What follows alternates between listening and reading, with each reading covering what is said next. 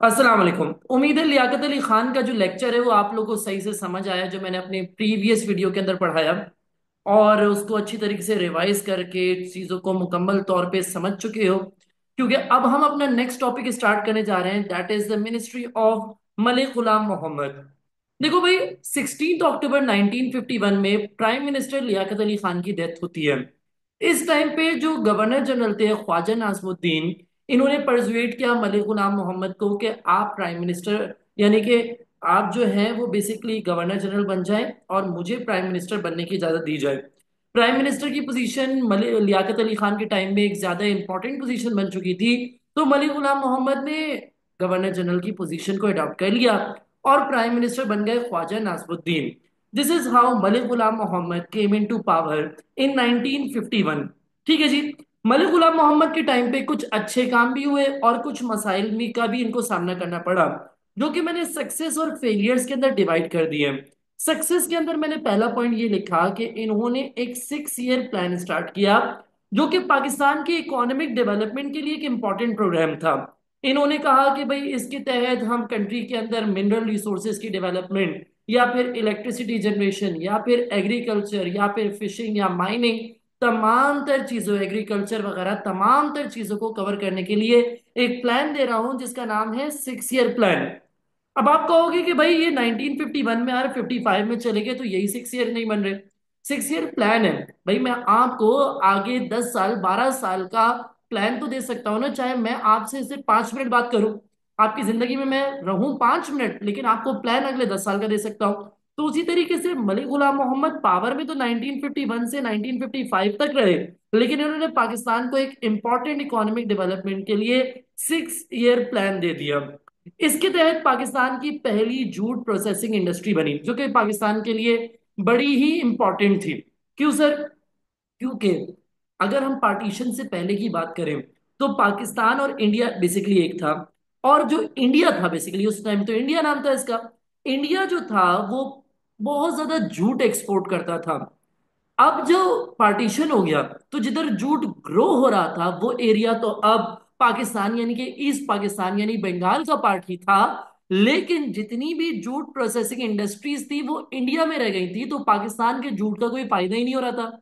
तभी नारायणगंज के अंदर, ईस्ट पाकिस्तान में जगह है, नारायणगंज के अंदर 6 ईयर प्लान के तहत पाकिस्तान की पहली जूट प्रोसेसिंग इंडस्ट्री बनी, जो आज बांग्लादेश और उस टाइम पे ईस्ट पाकिस्तान के अंदर था, नारायणगंज। इसके अलावा जूट के प्रोसेसिंग इंडस्ट्री के अलावा बलूचिस्तान के अंदर जो सुई गैस डिस्कवर हुई, ये भी मलिक गुलाम मोहम्मद के 6 ईयर प्लान के तहत ही हुई।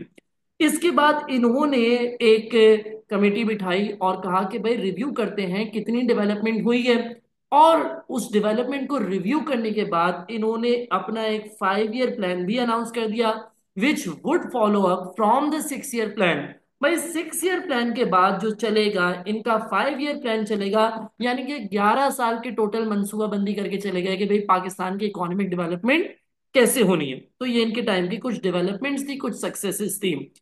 इसका मैंने एक प्रैक्टिस सवाल भी बनाया हुआ है जो कि पास्ट पेपर्स में अभी तक तो नहीं आया लेकिन आ सकता है कि भाई what developments took place during the time of Malik Ghulam Mohammad, या फिर what developments took place in the early 1950s। ये सवाल मैंने प्रैक्टिस के तौर पे आप लोगों को बता दिया, जो आ सकता है 4 मार्क का। अभी तक आया कुछ नहीं है।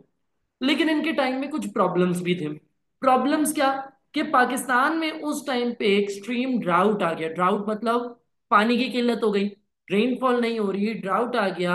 अब जब रेनफॉल नहीं हो रही तो जाहिर सी बात है फिर एग्रीकल्चर में भी प्रॉब्लम्स होंगे, और उसके नतीजे में फेमिन यानी कि खाने की शॉर्टेज, फूड शॉर्टेजेस हो गए। अब आपको पता है जितनी भी अच्छी कौम हो, जब खाने को नहीं मिलेगा तो जाहिर सी बात है लूट मार और एक फूड इनसिक्योरिटी होगी तो वायलेंस तो होगा। तो लूट मार पाकिस्तान के अंदर स्टार्ट हो गई and the government was not well placed in to deal with such problems. Pakistan इन फूड शॉर्टेजेस के प्रॉब्लम को डील करने में इस टाइम पे नाकाम साबित हो रहा था। दूसरी बात, पाकिस्तान में स्टेट लैंग्वेज डे मनाया गया।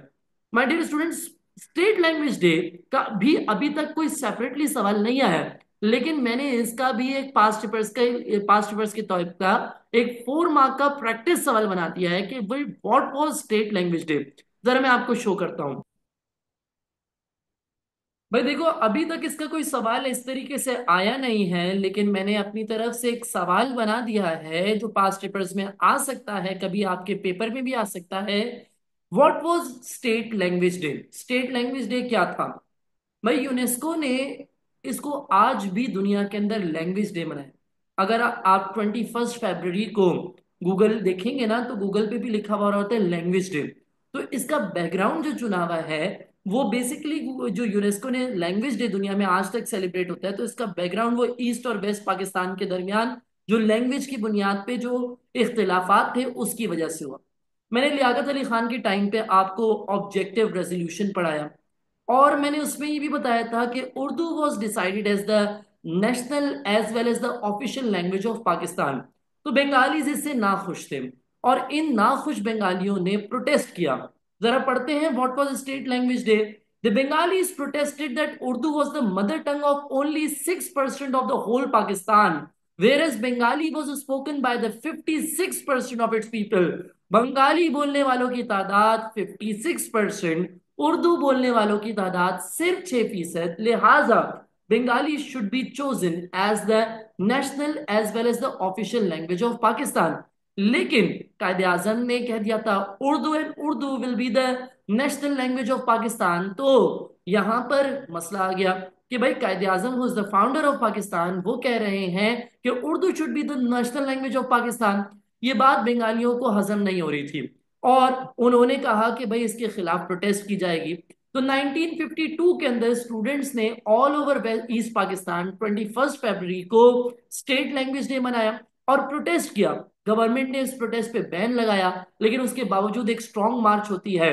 और आपको पता है जब भी गवर्नमेंट के खिलाफ मार्च होती है तो गवर्नमेंट पुलिस से कहती है कि इसको कंट्रोल करे। और पुलिस यूजुअली जो लोगों के खिलाफ, आवाम के खिलाफ हथियार यूज होती है, ये आंसू गैस, टीयर गैस इस्तेमाल होता है। तो यहाँ पे भी टीयर गैस इस्तेमाल की गई, जिसके नतीजे में कई लोग मारे गए। और जब लोग की अमवात हुई हैं तो फर्दर प्रोटेस्ट होती है, और फर्दर प्रोटेस्ट होती है तो फर्दर डेथ्स होती है। और ये इशू चलता रहता है, चलता रहता है टिल 1956, जब पाकिस्तान का अपना पहला कॉन्स्टिट्यूशन बना तो बंगाली को as one of the official languages declare कर दिया गया।